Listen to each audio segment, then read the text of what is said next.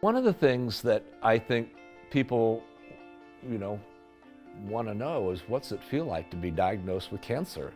The C word, I mean, it's synonymous with death. And a lot of cancer survivors, so it doesn't have to be death. And that's what kind of dawned on me. I still don't know how I'm going to die or when, so what's all the fuss about?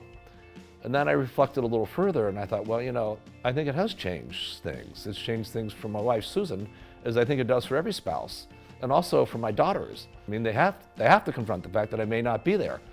What I decided I would do, both for, my family, my wife and my two daughters, as well as for my own well-being, is I was really going to try and live in the moment, make every day count, as the cliche goes. I had used techniques around meditation and positive imagery to quit smoking. And that was only a few years earlier. I knew, because I had the evidence that it worked, that I could make this work with the chemo. So I began to keep a journal of how I felt, and I began to develop a whole meditation. My meditation occurred every morning, and it took me 5, maybe 10 minutes. And what meditation is to me is stilling the mind. The reason you meditate is to have a still mind so that you can program your subconscious to have the thoughts and emotions and images that you want to be dominant in your thinking. A simple analogy, it's like, let's say you're trying to get in shape, you want to lose some weight, and you're going to run to do that. Well, your first run, you're carrying extra weight, so you don't run that far because you got the extra weight. And after you do a few of those runs, all of a sudden you've lost a little weight, so now you can run a little bit further because you've lost weight, you're in better shape, and that causes you to be able to lose even more weight, which causes you to be able to run even further, and it's a cycle, it builds on itself. And that's kind of like with the chemo, is that instead of, just sort of drifting off, at every moment when you don't feel completely yourself, if you can engage, let's just stick with physical activity as an example for a moment. Engage in a walk. For me, when I exercise, it builds energy. I can come home at the end of the day at 4 or 5 and go, wow, I'm really pooped, maybe we should lay down. And if I do, I'll usually wake up a little bit more refreshed. If I go for a walk when I come back, I'm tremendously more refreshed. It's more effective.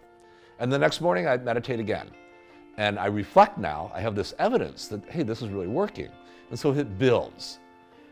But what my experience was is that I found that I was able to engage throughout the entire chemo experience. We traveled or had something significant during the off week of every session. When I say the off week, the first week of your chemo is when you're kind of going through most of the symptoms. The second week is your recovery week.